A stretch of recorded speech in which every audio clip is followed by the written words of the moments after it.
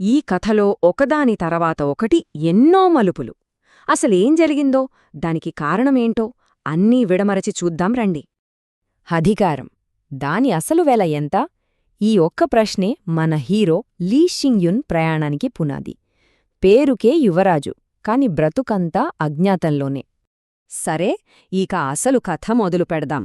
లీ షింగ్యున్ చుట్టూ ఉన్నవాళ్లంతా మామూలువాళ్లు కాదు, చాలా శక్తిమంతులు. కాని ఇక్కడే ఉంది అసలు చిక్కు.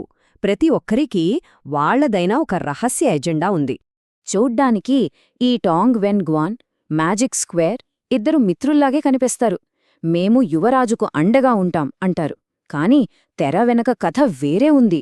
ఇద్దరిది ఒకటే లక్ష్యం, తమ స్వార్థం కోసం లీ షింగ్యున్ను ఒక చదరంగ పావులా వాడుకోవాలి. ఇక ఇలాంటి పరిస్థితుల్లో షింగ్యున్ ఎవర్ని నమ్మగలడు? పాపం, ఎవరినీ పూర్తిగా నమ్మలేని పరిస్థితి. అందుకే తనతో ఉన్న కొద్దిమంది స్నేహితులనే నమ్ముకుని ప్రతీకారమే దారి అని నిర్ణయించుకున్నాడు. సరే, ఇప్పుడు కథ ఒక కీలకమైన మలుపు తీసుకుంటోంది. షింగ్యున్ ప్రతీకార ప్రయాణంలో మొదటి పెద్ద అడ్డంకి వాళ్లే, ఆ క్రూరమైన బ్లాక్ అండ్ వైట్ వూచాంగ్. వాళ్లతో ఓ పెద్ద పోరాటమే జరగబోతోంది. కాని షింగ్యున్ అంటే ఒట్టి కత్తివీరుడు మాత్రమే అనుకుంటే పొరపోటే. అతనిది అంతకు మించిన తెలివి. ఏకంగా శత్రువుల బలాన్నే వాళ్ల బలహీనతగా మార్చే అద్భుతమైన ప్లాన్ వేశాడు. అనుకున్నట్టే జరిగింది. అతని ప్లాన్ 100% పనిచేసింది. బ్లాక్ అండ్ వైట్ వూచాంగ్ దారుణంగా ఓడిపోయారు. మొత్తానికి తన స్నేహితుల కోసం తీర్చుకోవాలనుకున్న ప్రతీకారం నెరవేరింది. అయ్యో, కాని ఆ సంతోషం ఎంతోసేపు నిలవలేదు. సరిగ్గా అప్పుడే ఈ కథ వెనుక ఉన్న అసలు విలన్ మింగ్ డి ఎంట్రీ ఇచ్చాడు. అతని రాకతో కథ ఒక్కసారిగా తలకిందులైపోయింది. అతను పెట్టిన పందెం మామూల్ది కాదు. అక్కడే కథ విషాదకరంగా మారింది.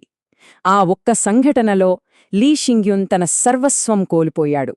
తను ప్రాణంగా చూసుకునే జీరు ష్వేని, తన ప్రాణం కంటే ఎక్కువగా కాపాడాల్సిన పవిత్ర ఖడ్గాన్ని, రెండింటినీ. ఈ నష్టం అతన్నే పూర్తిగా కుంగదీసింది. దుఃఖంలో మునిగిపోయాడు. కాని ఆ చీకటి నుంచే ఒక కొత్త పంతం పుట్టుకొచ్చింది, ఒక తిరుగులేని లక్ష్యం. ఏకంగా 3 రోజుల తర్వాత కళ్ళు తెరిచాడు. కాని తనున్నది ఎక్కడో అడవిలో కాదు, తనని ఒక పావలాడించాలనుకున్న అదే టాంగ్వెన్గ్వాన్ కోటలో. ఇక అతనిలో ఉన్న దుఃఖమంతా ఇప్పుడు కట్టలు తెంచుకున్న కోపంగా మారింది. తన కొత్త లక్ష్యం అధికారమో బాధ్యతో కాదు, కేవలం పచ్చి ప్రతీకారం. జీ రుష్వే మరణానికి కారణమైన మింగ్ డీ నుండి ఆ ఖడ్గాని తిరిగి లాక్కోవాలి, అంతే. ఈ పని ఒక్కడితో అయ్యేది కాదు. అందుకే తప్పనిసరి పరిస్థితుల్లో తెలిసిన శత్రువైన టాంగ్ వెన్ గ్వాన్తోనే చేతులు కలిపాడు.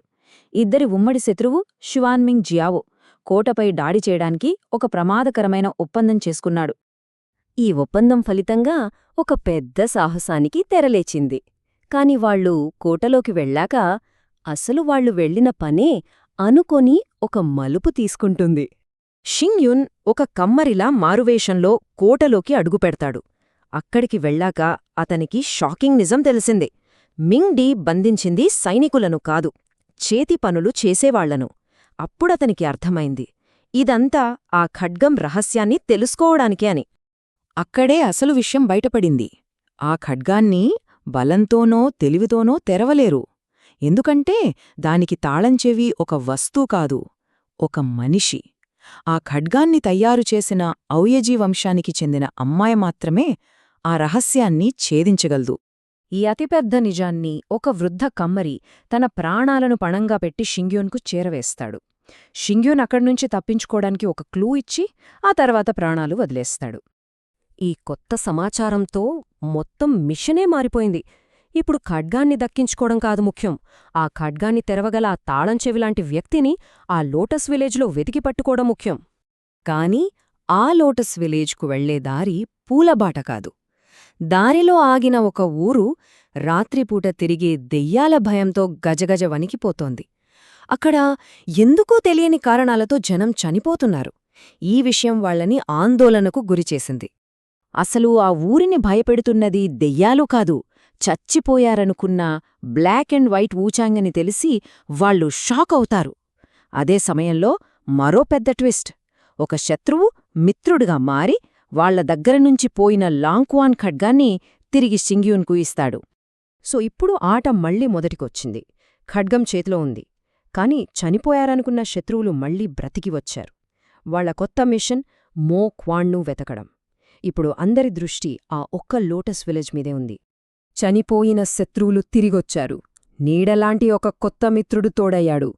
ఇలాంటి పరిస్థితుల్లో అసలా లోటస్ విలేజ్లో ఇంకెన్ని ప్రమాదాలు, ఎలాంటి రహస్యాలు ఎదురుచూస్తున్నాయో